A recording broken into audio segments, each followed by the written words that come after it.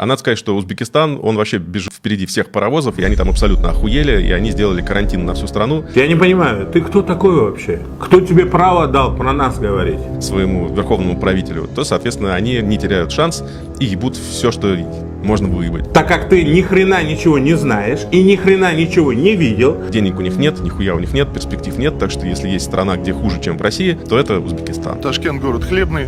Поставляли очень много самолетов Ил-76 на Ближний Восток. Мои братья душевные, духовные и сестры, я сожалею, разделяю их боль. Поклон. Бисмиллахи рахман рахим, во имя Бога милости милосердного. Когда кто-то узнает о том, что кто-то болен коронавирусом, все соседи чуть ли не вилами на него начинают. И что-то думает плохо про узбеков, даже не осознает, что он сейчас живет в этом мире благодаря им. Ведь если бы не спасли твою бабушку или дедушку, твоей семьи не было бы сейчас. И тебя, соответственно, тоже бы не было. Ассаламу алейкум. Сегодня мы будем делать видео про одного человека из России, Артемий Лебедев. Я кое-что хотел уточнить.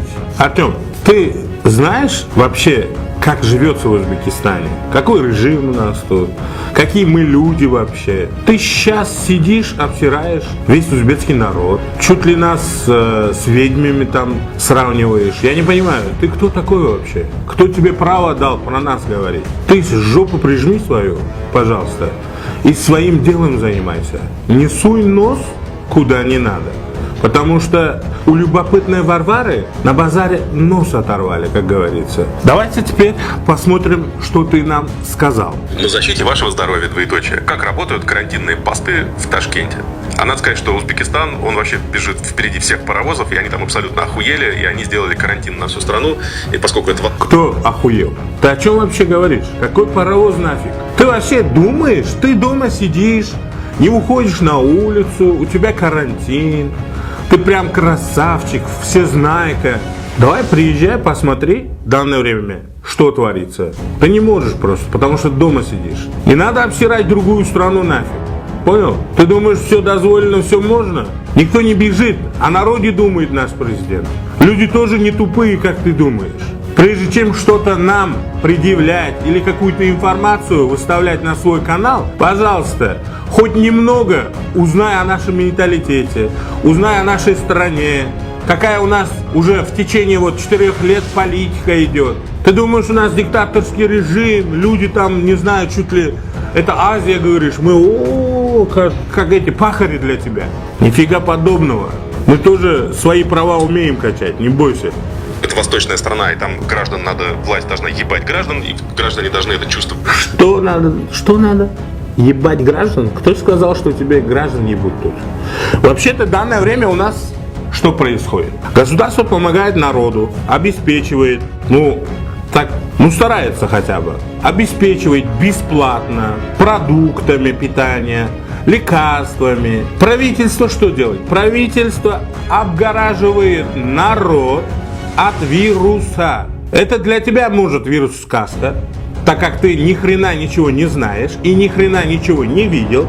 Ты просто сидишь своими фантазиями, выходишь в свой канал и болтаешь. Болтологией заниматься тут не надо. Особенно, если ты не знаешь эту страну. Дальше. Еще раз оскорбишь, тебя на улице поймают, обосрут, всю жизнь будешь вонять. Понял? Чувствовать, потому что они принадлежат своему верховному правителю, то, соответственно, они не теряют. У нас нету верховного правителя, у нас демократическое государство, у нас есть президент, у нас есть депутаты, у нас есть все, что есть в других странах. Я не понимаю, откуда ты берешь такую фигню? Верховный правитель, Азия. У нас не средневековье, чувак, у нас не средневековье. У нас демократическое государство, 21 век, технологии, все, что нужно. Поверь, мы живем лучше, чем ты. Хоть у нас иммигрантов много, да, в России, хоть они пахают там, но они здесь живут лучше тебя. Поверь, это 100%. У нас намного дешевле жить, у нас намного все дешевле, чем у вас. И жить намного лучше. Шанс и ебут все, что можно выебать. Они в том числе останавливают все машины, которые ездят по улицам, и отвозят их на штрафстоянку, чтобы мало не казалось, потому что даже на машине там ездить нельзя. Ну и, соответственно, перемещаться по городу тоже особо нельзя. И, в общем, сидят они, денег у них нет, нихуя у них нет, перспектив нет. Так что если есть страна, где хуже, чем в России, то это Узбекистан. Ну вот ты попал. Страна хуже, чем Россия, это Узбекистан. Бля. Откуда? Я не знаю, что у тебя... Вот у тебя вообще голова работает? Ты вообще понимаешь, о чем ты говоришь? Какая хуже? У нас лучше. У нас пораньше объявили карантин. У нас пораньше все это решили. У нас не чрезвычайная ситуация, как ты думаешь. Это для тебя сказка болезни. Для тебя это все как ебут, там, то, все. Пожалуйста, чуть-чуть собери себя. Вот так вот. Собери. И без вот этих матов говори. Ты про другую нацию говоришь и про другую страну говоришь. А про свою страну хоть матом, хоть катом, хоть жопой, что хочешь, то и говори. Но нашу страну, пожалуйста, будьте любезны, не трогай. Посты из-за чего стоят? Из-за того, что люди выходят просто так. Из-за того, чтобы они не заболели. У нас тут сколько больных есть, видишь? Сколько людей тут уже вылечилось. Ты думаешь, игра игрой? Но это не игра, это жизнь. Если ты не понимаешь то, что происходит у нас, пожалуйста, закрой свой вонючий и поганый рот. Понял? Потому что за каждое твое слово ты должен будешь отвечать. И поверь, спрос будет, если надо будет. Вы ходите тут, пиздите, что хотите, но нихуя ничего не понимаете.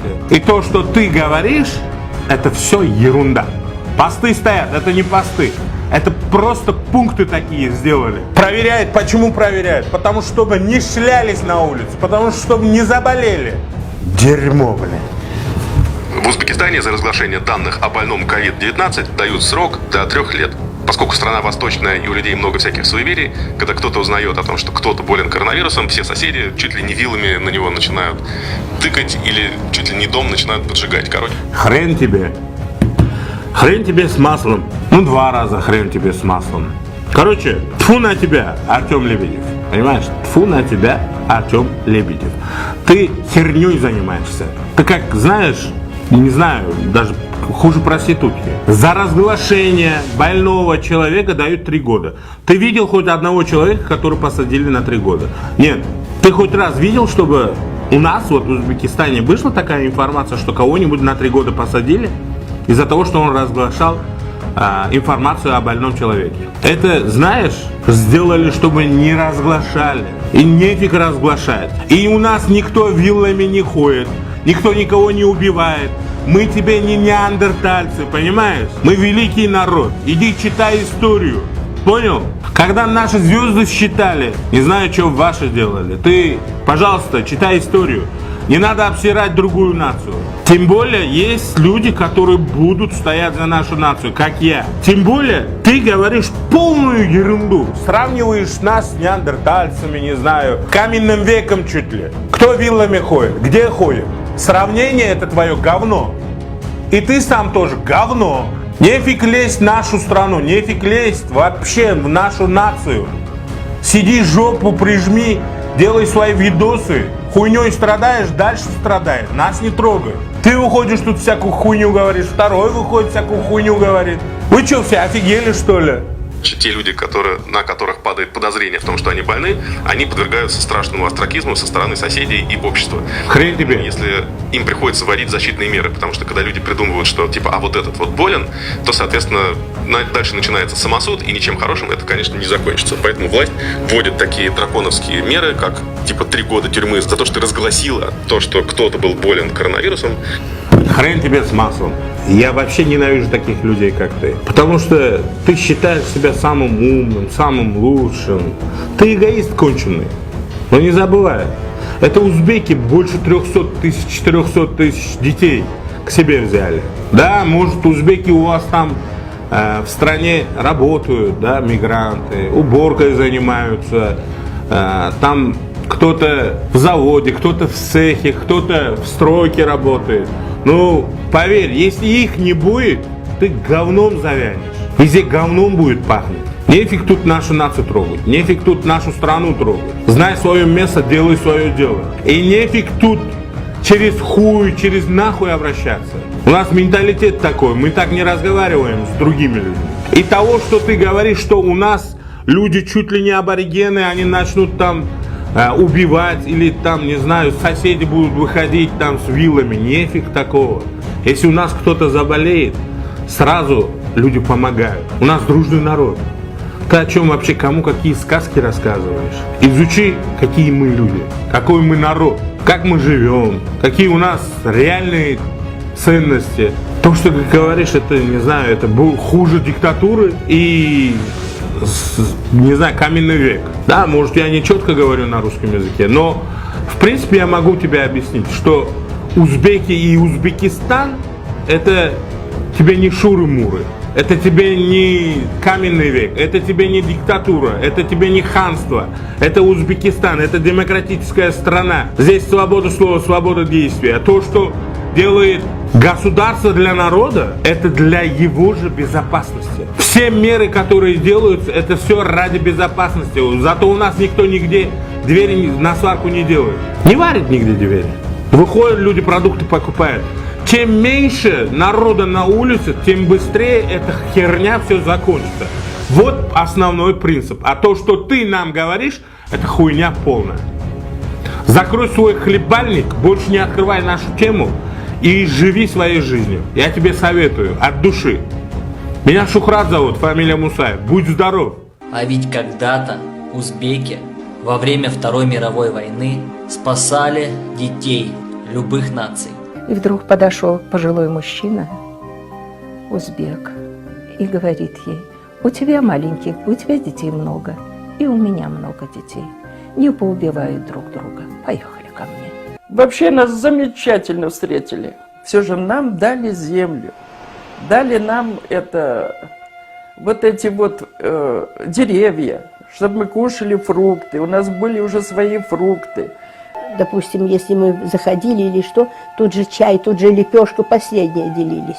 Совсем незнакомые люди забирали домой, кормили, оставляли ночевать. И нигде без внимания нас не оставляли. Казалось бы, маленький кусочек лепешки, не лепешка, маленький кусочек. И сахар. А какой это был вкусный, а какой это был сладкий.